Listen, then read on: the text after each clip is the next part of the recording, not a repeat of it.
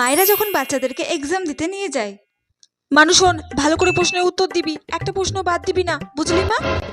একদম ঠান্ডা মাথায় ভালো করে বুঝে শুনে তারপরে উত্তর লিখবি, বুঝেছিস?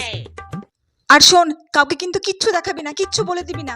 আর হ্যাঁ, টয়লেট গেলে কিন্তু খাতাটা উল্টে রেখে তারপর যাবি, বুঝেছিস? মা, আমার না খুব ভয় করছে, জানো তো।